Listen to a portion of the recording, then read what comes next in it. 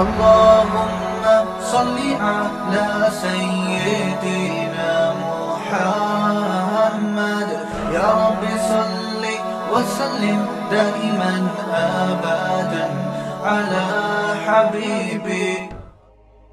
تعالیٰ نے اپنے حبیب صلی اللہ علیہ وسلم کو رات میں بلایا. تو میں یہ عرض کر رہا تھا کہ حدیث میں تفصیل بہت زیادہ ملتی ہے کہ آپ آسمانوں پر گئے, یوسف علیہ السلام سے ملاقات ہوئی, موسیٰ علیہ السلام سے ملاقات ہوئی, عیسیٰ علیہ السلام سے ملاقات ہوئی, ابراہیم علیہ السلام سے, اور پھر اللہ نے آپ صلی اللہ علیہ وسلم کو نمازوں کا تحفہ عطا فرمایا. تو یہ بہت احادیث میں اس کی تفصیل ملتی ہے, اور یہ سارے کام رات کے تھوڑے سے حصے میں ہوئے.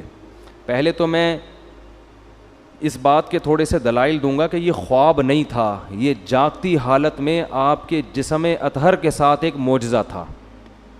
غامدی صاحب کہتے ہیں یہ کیا تھا؟ خواب تھا. تو اب ہم غامدی صاحب کے دلائل بھی پیش کر دیتے ہیں اور پھر قرآن و سنت کے دلائل بھی. غامدی صاحب نے کہا ہے کہ رؤیا جو ہے نا عربی میں خواب کو کہتے ہیں. رؤیا کسے کہتے ہیں؟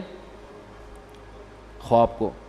جیسے سورہ یوسف میں ہے نا, وہ کیا تھا, انی رأیت احد عشر کوکبا, یوسف علیہ السلام نے کہا میں نے 11 ستارے دیکھے سجدہ کر رہے ہیں.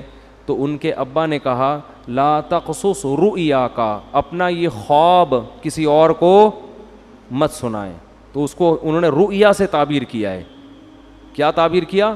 رؤیا. تو یہی لفظ معراج کے بارے میں قرآن میں آتا ہے کہ اے نبی ہم نے آپ کے رؤیا کو, یہ جو رؤیا تھا نا اس کو ہم نے لوگوں کے لیے ایک آزمائش بنایا ہے. تو غامدی صاحب کہتے ہیں کہ رؤیا کسے کہتے ہیں؟ خواب کو, جیسے سورہ یوسف میں. اس کا جواب یہ ہے کہ رؤیا اصل میں خواب کو نہیں کہتے, رؤیا اصل میں منظر کو کہتے ہیں, سین کو کہتے ہیں. اور خواب میں بھی ایک منظر نظر آتا ہے, اس لیے خواب پر بھی اس کا اطلاق کر دیا جاتا ہے, ورنہ اصل رؤیا کا معنی منظر, سین, کوئی بھی چیز آپ دیکھیں چاہے جاگتی حالت میں یا خواب میں. کیونکہ رؤیا کا لفظ نکلا ہے رؤیت سے, رؤیت دیکھنے کو کہتے ہیں. آپ نے دیکھا نہیں رؤیت ہلال, تو کیا یہ خواب میں دیکھا جا رہا ہوتا ہے ہلال کمیٹی ہے بھائی؟ جب جاگتی حالت میں دیکھ کے اتنے اختلاف ہو رہے ہیں تو خواب میں دیکھ کے پتہ نہیں کیا ہو جائے گا, 6 عیدیں ہوں گی پھر تو یہ جاگتی حالت میں ان آنکھوں کے ساتھ رؤیت ہلال کمیٹی نہیں ہے, رؤیت انی ارا ما لا ترون انی اخاف اللہ. قرآن میں جہاں بھی رآ یرآ کا لفظ آیا ہے دیکھنے کے معنی میں, تو رؤیا وہ چیز جو دیکھی جائے. اب یہ خواب میں بھی ہو سکتی ہے اور جاگتی حالت میں بھی, اس لیے اس کا اصل معنی ہوتا ہے منظر, لیکن اس کا اطلاق خواب پر بھی ہوتا ہے کیونکہ خواب میں بھی ایک سین نظر آتا ہے آپ کو, پورا ایک منظر ہوتا ہے. تو اب ہم دیکھتے ہیں کہ قرآن میں جو نبی کے لیے معراج کے لیے رؤیا کا لفظ استعمال ہوا ہے وہ خواب کے معنی میں ہے یا منظر کے معنی میں, دونوں احتمال اس میں ہیں. تو ہم قرآن ہی سے فیصلہ کروا لیتے ہیں کہ وہ حقیقت تھی یا بولو خواب تھا. قرآن میں 2 واضح قرینے, اگر ہم حدیث کو ہٹا دیں, حدیث سے تو پتہ چلتا ہے کہ یہ خواب نہیں تھا. حدیث سے تو صاف کہ براق پہ بیٹھ کے آپ جا رہے ہیں, خواب میں ان تکلفات کی کیا ضرورت ہے؟ خواب میں آپ امریکہ جاؤ ایسے ہی پہنچ جاتے ہو بغیر جہاز کے بھی.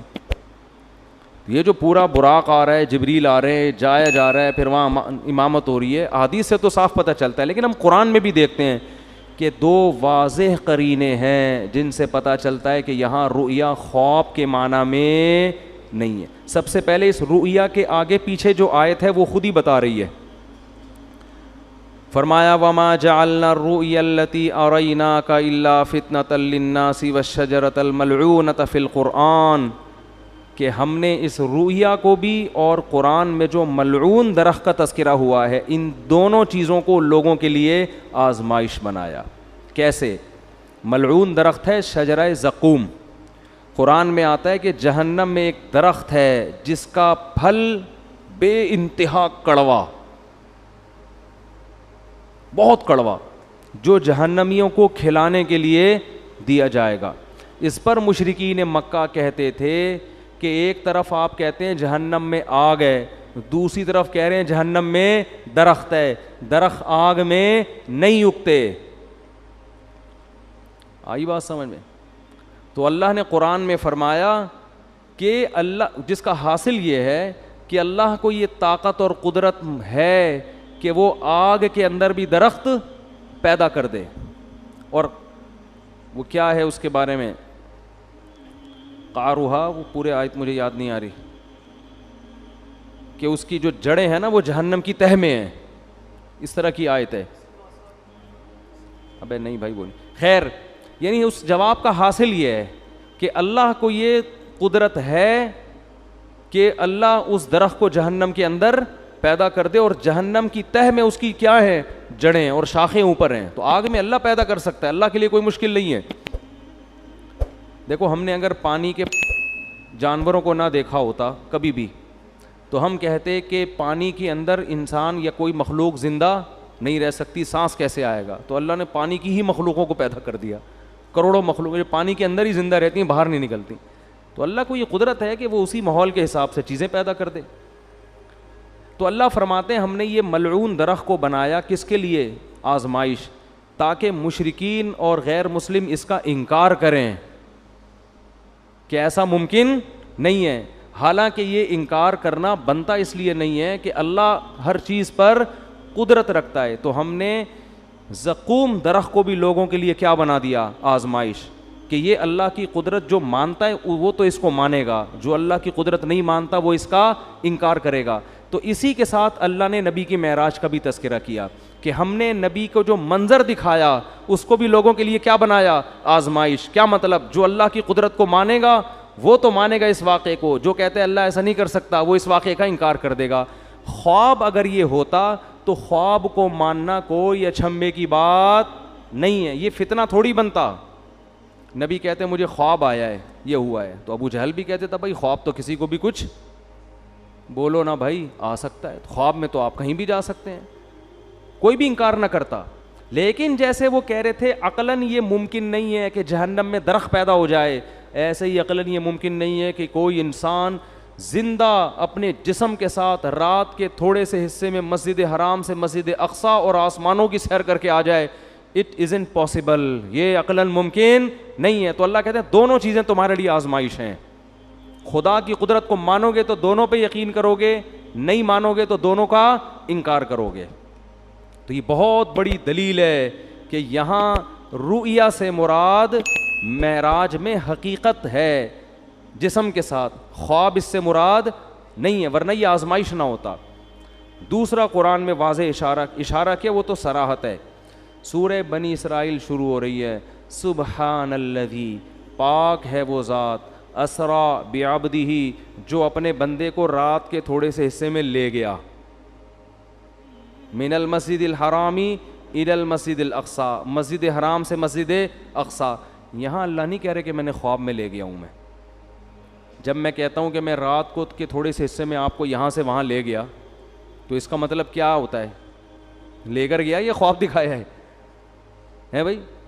آپ کہہ رہے ہو کہ بھائی دیکھو میں تمہیں اپنے ساتھ ملیشیا لے کر گیا تھا اور میں نے تمہیں وہاں گھمایا اور پھرایا, پھر میں تمہیں وہاں, تم دبئی کی اب کوئی آدمی کی نئی نئی شادی ہوئی ہے, فرض کر لو, بیگم کو ہنی مون کے لیے مری لے کر گیا, بعد میں پھڈا ہو گیا, بیگم کو کہہ رہے دیکھو میں تمہیں اپنے ساتھ اس دن مری لے کر گیا تھا, پھر میں تمہیں نتھیا گلی کی میں نے تمہیں سیر کرائی, پھر میں وہاں سے ہم نے ٹن مارا ادھر کی طرف, ہم مڑے سوات مردان کی معلم جبہ ہے کیا ہے, بہرحال جو بھی ہے, وہاں سے ٹن مار کے اسلام آباد سے ہم اگلی فلائٹ سے واپس آئے. کوئی بندہ وہاں بیٹھا ہوا کہہ رہا ہے یار آپ بھابھی سے اتنی محبت کرتے ہو. ہاں جی میں تو بہت محبت کرتے, بہت اچھا خواب دکھایا آپ نے بھابھی کو. آپ بولو گے تمہارا دماغ خراب ہو گیا, میں خواب کی باتیں کر رہا ہوں, میں کہہ رہا ہوں میں لے کر گیا. تو جب کوئی عام آدمی یہ بات کرتا ہے, دوسرا اس کو خواب کہے گا, تو آپ کو غصہ آئے گا کہ نہیں آئے گا. اللہ سورہ بنی اسرائیل شروع اس طرح سے کر رہے ہیں, سبحان الذی, پاک ہے وہ ذات, اسرا بعبدہ, جو اپنے بندے کو لے گیا, لیلاً, رات کے تھوڑے سے حصے میں. یہ تنوین تقلیل کے لیے, تھوڑے سے حصے میں بھی اللہ اپنی قدرت دکھا رہا ہے. خواب کا تذکرہ ہوتا تو نہ رات کہنے کی ضرورت تھی, نہ رات کا تھوڑا حصہ کہنے کی ضرورت تھی. سمجھ میں نہیں آ رہی بات. دوسری بات, تیسرا قرینہ, اللہ اس آیت کو شروع کر رہا ہے سبحان الذی, ہر عیب سے پاک ہے وہ ذات. اس میں اللہ اپنی قدرت بتا رہا ہے کہ تمہیں عجیب سا لگے گا کہ رات کے تھوڑے سے حصے میں کوئی بندہ مسجد حرام اور مسجد اقصیٰ سے ہو کے واپس بھی آ جائے. اٹ ازنٹ پاسبل, یہ ممکن نہیں ہے. تو اللہ آج شروع کر رہا ہے سبحان الذی, اللہ ہر عیب سے پاک ہے. وہ عاجز نہیں ہے کہ کچھ کرنا چاہے تو اس کو اسباب کے تانے بانے جوڑنے پڑیں, ٹائم دیکھنا پڑے, بھائی اتنے ٹائم میں تو یہ ممکن نہیں ہے, اس لیے اللہ عیب سے پاک ہے. تو یہ تیسرا قرینہ ہے. خواب ہوتا تو اللہ سبحان اللہ کا ذکر نہ کرتا. عجیب چیز کو دیکھ کے ہم کہتے ہیں نا سبحان اللہ, اچھی کہو کہتے ہیں, وہ کون پنجاب میں جب تقریر ہوتی ہے کہتے ہیں اچھی کہو سبحان اللہ, تو انہوں نے کوئی بڑا ٹیکنیکل پوائنٹ مارا ہوتا ہے. خوابوں کی باتوں پہ کوئی اتنا زیادہ نہیں ہوتا سبحان اللہ, ٹھیک ہے نا. تو اللہ فرما رہے ہیں کہ یہ